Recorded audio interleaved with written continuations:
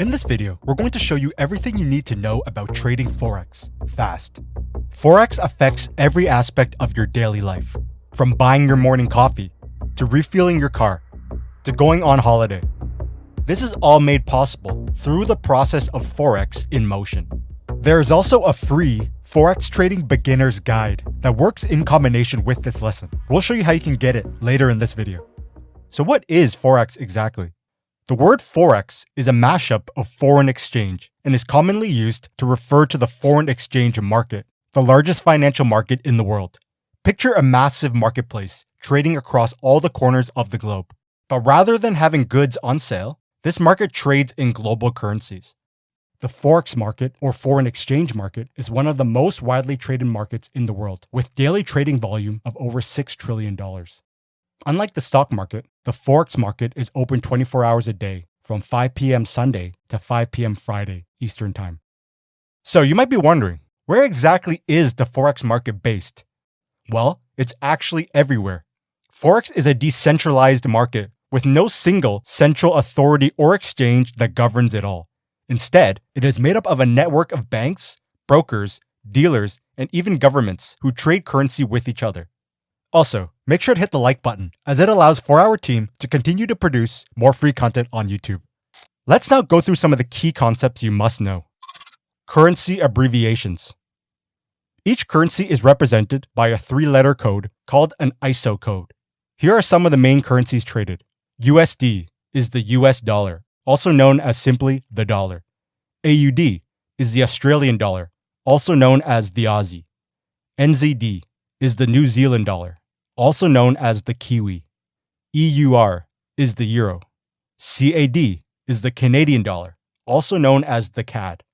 GBP is the British pound, also known as simply the pound. JPY is the Japanese yen, also known as simply the yen. CHF is the Swiss franc, also known as simply the Swiss. What is a currency pair? In Forex, currencies are traded in pairs, because when you trade Forex, you are buying one currency while selling another at the same time. Let's look at the pound-dollar currency pair, for example.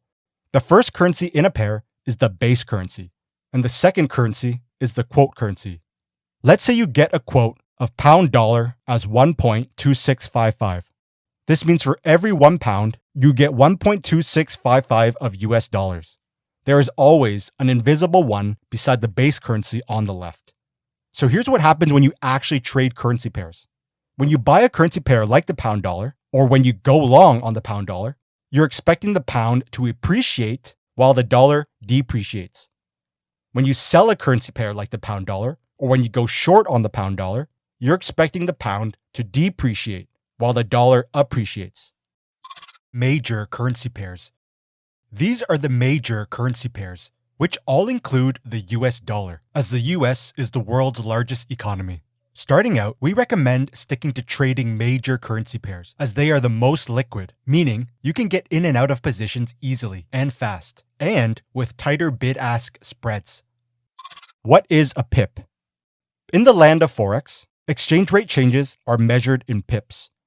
A pip stands for a percentage in point or a price interest point.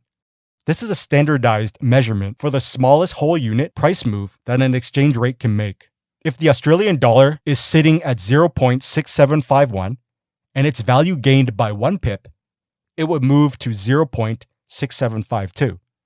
Most currencies are written to the 4th decimal place, with the 4th decimal place representing 1 pip. However, some exceptions buck this trend, such as with the yen-crossed pairs. The Japanese yen is often quoted to 2 decimal places. So a 1 pip gain would be 146.22, rising to 146.23. There's also a pipette, which is a fractional pip that is 1/10 of a pip and is represented by the 5th decimal place. Before we continue, we want to hear from you. Tell us in the comments below right now what video topics we should cover next. As always, please hit the like button, as it allows for our team to continue to produce more free videos on YouTube. Lot sizes. In Forex, positions are usually measured in lot sizes. A standard lot represents 100,000 units of the base currency. A mini lot is a tenth the size of a standard lot and represents 10,000 units of the base currency. A micro lot is 1,000 units of the base currency. And a nano lot is 100 units of the base currency. Bid, ask, and spread. Each transaction has a bid and an ask price.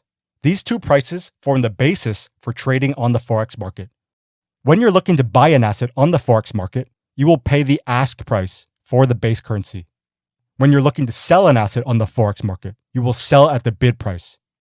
The difference between the bid and ask price is called the spread. In essence, the bid-ask spread is the difference between the price a dealer will buy a currency and what they will sell it for. The spread covers the dealer's profit and the cost of the transaction. It is essentially the cost you pay to enter the market.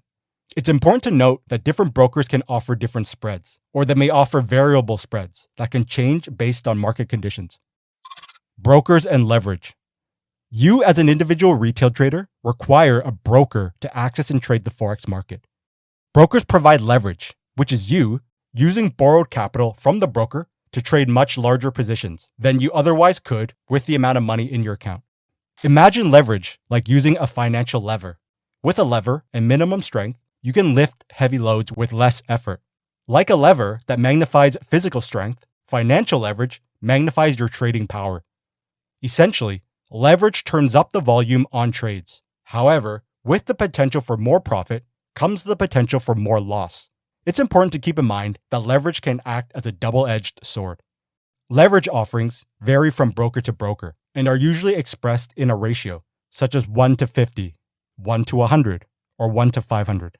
Usually, traders will be required to deposit a margin of the trade to act as collateral for the leveraged position. Liquidity. Visualize a vast global marketplace where many players are trading. Each transaction barely makes a ripple on the surface, like dropping a tiny pebble into the ocean. Because of the market's vast size, people can quickly enter in and out of trades without causing much disruption to the exchange rate. Simply put, a liquid market is a financial market where lots of trades occur, and it's easy for traders to buy and sell. Market volatility. High volatility means prices are changing rapidly and by significant amounts, like a crazy roller coaster ride with sudden drops and steep climbs. Notice the drastic and wide swings of price, which signals high volatility and means that there is more risk for your trades, but also more reward. In times of low volatility, the market is calm, with smaller exchange rate fluctuations and price changes. Low market volatility is like leisurely riding on a scenic railway. Notice the small swings of price, which signals low volatility and means that there is less risk for your trade, but also less reward. Now, there are many factors that can cause market volatility to increase or decrease. Things like inflation, market demand, foreign policy announcements, political and economic conditions, economic data releases, central bank decisions, natural disasters or crisis, changes in interest rates.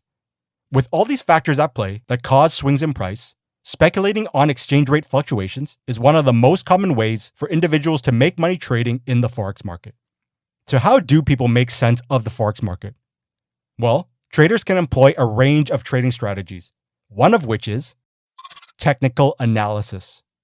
With technical analysis, traders study historical price movements and data in order to identify similar patterns that have the possibility of repeating themselves in the future.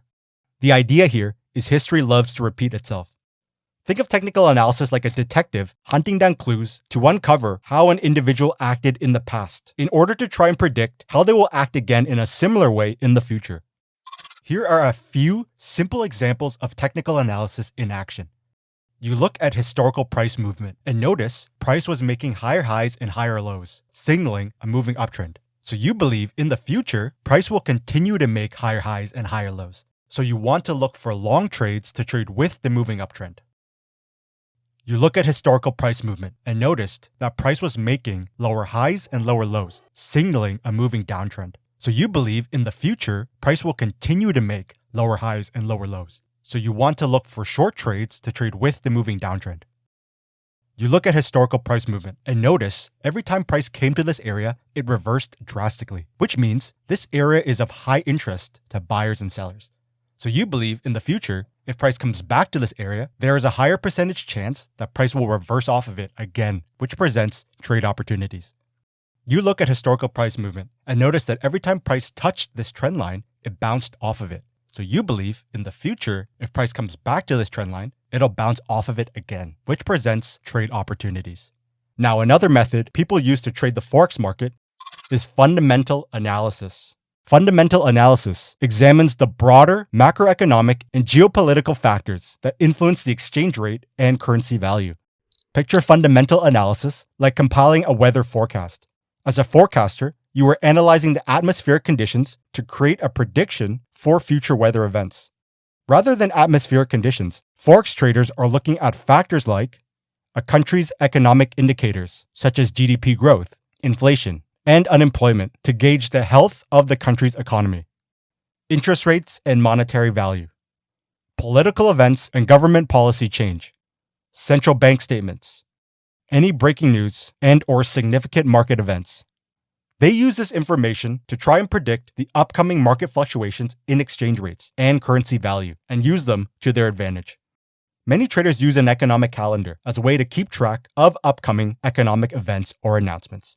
Now, as promised, to access the Forex Trading Beginner's Guide that works in combination with this video, go to the description below and click the link for instant access. Make sure to hit the like button, as it allows for our team to continue to produce more free content on YouTube. Also, tell us in the comments below right now what video topics we should cover next.